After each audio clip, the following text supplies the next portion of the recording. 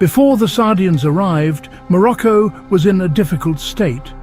The country was not united under a single strong ruler. The Wattasid dynasty, who were in charge, had lost much of their power. Their control was mostly limited to the city of Fez and the areas around it. The rest of the country was divided among different local tribes, religious leaders, and regional warlords. This division made Morocco weak. It was a time of great uncertainty, where no one was truly in charge of the entire land. This lack of a central government made it easy for outsiders to interfere. This weakness was a big problem because powerful European neighbors were watching closely. Portugal and Spain were especially interested in Morocco. They saw the country's division as a perfect opportunity to expand their own influence and control. Portuguese forces had already captured several important cities along the Atlantic coast, such as Ceuta and Tangier. They built strong forts and used these coastal bases to control trade routes and launch raids further inland. For the people of Morocco, it felt like their country was being slowly taken apart, piece by foreign powers. The people of Morocco were not happy with this situation. Many felt that their Wattasid rulers were failing to protect them from the Christian invaders from the north. A deep sense of religious duty and national pride began to grow, especially in the southern regions. People longed for a leader who could unite them, drive out the Portuguese, and restore Morocco's strength and independence. They looked for a champion who could defend their faith and their land. This desire for a strong, pious leader created the perfect conditions for a new power to emerge from the south. This period of fragmentation and foreign threat was the backdrop for the Saadian story. Morocco was a land of many small powers, each looking out for itself. The Wattasid sultans in Fez were sultans in name only, with little real authority beyond their city walls. The Portuguese presence on the coast was a constant reminder of the country's vulnerability. It was into this chaotic and dangerous world that a new family claiming noble and prophetic lineage would step forward. They promised to be the saviors that Morocco had been waiting for, ready to unite the nation and begin a new, glorious chapter. So, who were these new challengers? They were the Saadian family. They came from a region in the south of Morocco, specifically the Dra River Valley. This was a remote but important area, known for its trade routes that crossed the vast Sahara Desert. The Saadians claimed to be Sharifs. This was a very important title. It meant they were descendants of the Prophet Muhammad. This claim gave them great religious authority and respect among the people. Many Moroccans saw them as holy figures, chosen by God to lead and protect the faithful. Their story begins around the early 1500s. At that time, they were not great rulers, but respected religious leaders in their local community. The head of the family, Abu Abdallah al-Qaim, was known for his piety and wisdom.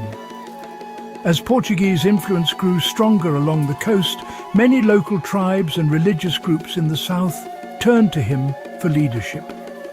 They were tired of the weak Wattasid rulers who could not stop the European advance. They believed that only a holy leader, a Sharif, could inspire the people to fight a successful holy war, or jihad, against the invaders. The Saadians answered this call. Al-Qaim and his two sons, Ahmad al-Araj and Mohammed al-Sheikh, began to organize a resistance movement. Their first goal was not to rule all of Morocco, but simply to drive the Portuguese out of the south. They gathered followers, built an army, and started to attack Portuguese strongholds. Their religious authority was their greatest weapon. It united different, often quarreling, tribes under a single banner. People flocked to join their cause, believing they were fighting a sacred battle under a divinely approved command. This early struggle was long and difficult. The Saadians were a new power, and they had to build their strength from nothing. They first established their base in the city of Tarudant. From there, they gradually expanded their control over the entire southern region. They successfully captured key coastal cities like Agadir from the Portuguese, which was a huge victory. These successes proved their military skill and boosted their reputation. They were no longer just local leaders. They were now seen as the true defenders of Morocco, far more effective than the distant Wattasid sultans in Fez. The Saadians' rise to power was sealed with a series of crucial victories. After securing the south, their ambition grew. Mohammed Ash-Sheikh, the more dynamic of the two brothers, turned his attention to the north. He saw the Wattasid dynasty as an obstacle to a truly unified Morocco. In 1549, he marched his army north and captured the imperial city of Fez, forcing the last Wattasid ruler to flee. A few years later, in 1554, he took the city again, this time for good.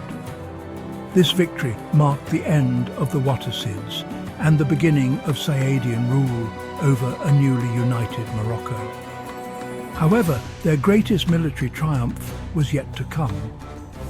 This was the famous Battle of the Three Kings, which took place on August 4th, 1578. The young and ambitious King of Portugal, Sebastian I, led a massive army into Morocco. He wanted to crush the Saadians and begin a new crusade.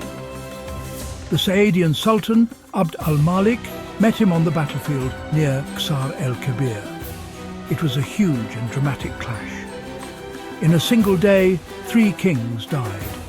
King Sebastian of Portugal, the former Moroccan Sultan who had allied with him, and the Saadian Sultan Abd al-Malik himself, who was very ill.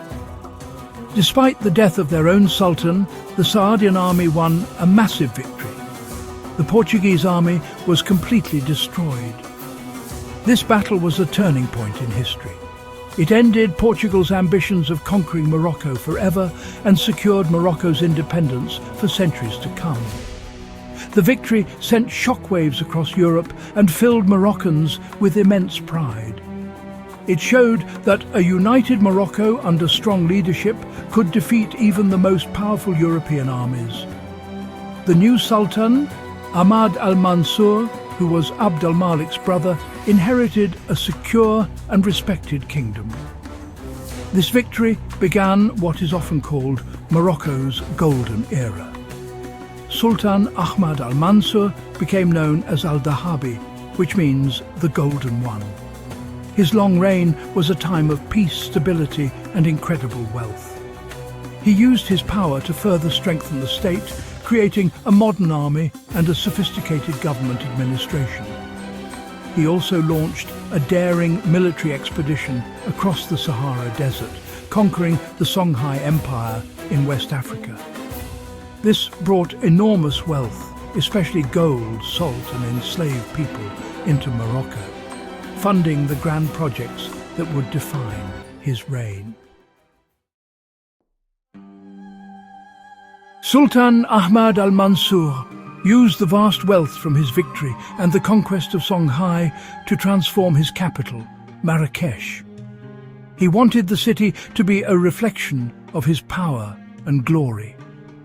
His most famous project was the El Badi Palace, which means the Incomparable Palace. Construction began shortly after the Battle of the Three Kings. It was a breathtaking complex, built with the most expensive materials available. Marble was imported from Italy, gold came from Sudan, and skilled craftsmen were brought from all over the world to work on its intricate details. The palace was a symbol of Saadian power. It had vast courtyards, beautiful gardens, and shimmering pools. The walls were decorated with amazing zellige tilework, carved stucco, and painted wood. Although today the El Badi Palace lies in ruins, the sheer scale of what remains gives us a clue of its former magnificence. It was a place for grand receptions, where Al-Mansur would impress foreign ambassadors with his wealth and sophistication. Alongside the palace, the Saadians also built the Saadian tombs, a stunning mausoleum where Al-Mansur and other members of his dynasty were laid to rest, hidden from the world for centuries. The Saadian era was also a fantastic time for trade and culture. Under the stable rule of sultans like Al-Mansur, Moroccan cities thrived. Marrakesh and Fez became bustling centres of international commerce.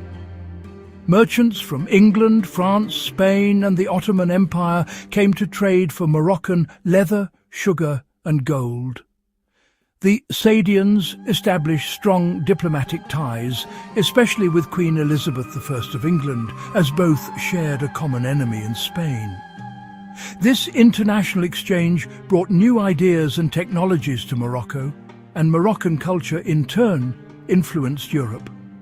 The Saadian dynasty's impact on Morocco is immense and lasting. They were the leaders who reunited the country after a long period of division. They defended its independence against powerful European forces when it seemed most vulnerable. They established Morocco as a major power in the region, respected from Europe to West Africa.